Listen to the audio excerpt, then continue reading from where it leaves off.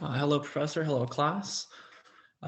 Today, I'm going to be talking about my persuasion final, which was the 2004 Barack Obama DNC keynote address. This was also kind of known as the speech that put Obama out there and made him president in 2008. So why do we watch political speeches? Do we watch them because we agree with them? Do we watch them because we disapprove of that candidate and we just want to, trash what they're saying? Or do we watch it to see who to vote for?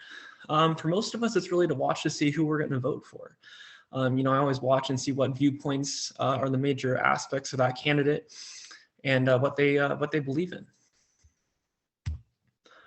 So political speeches, what I found out during this project was that it's really a persuasion tactic.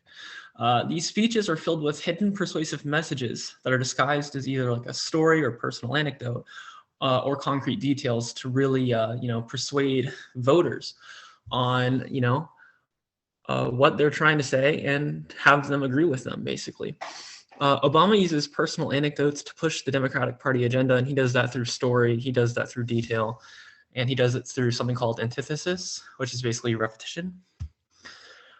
So this is some examples of him using persuasion in his address. He uses a lot of ethos, a lot of pathos here. But let's just get into a couple of examples from the paper. First one is he talked about opportunity a lot. His father was an immigrant from Kenya. He herded goats, basically. And he got the opportunity to win a scholarship to come study in the US. And basically that was an opportunity. And if you vote for Democrats, you're going to continue to have those types of opportunities of people coming into the US and studying, basically having open borders, which again is a Democrat, agenda.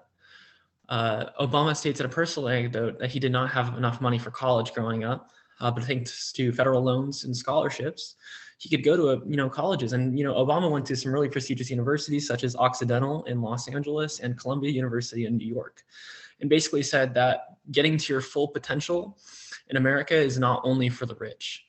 And he basically was persuading us that America is full of opportunities and is very generous. Inclusivity, Obama basically states that it was unlikely for him to be on that stage because of his race and story.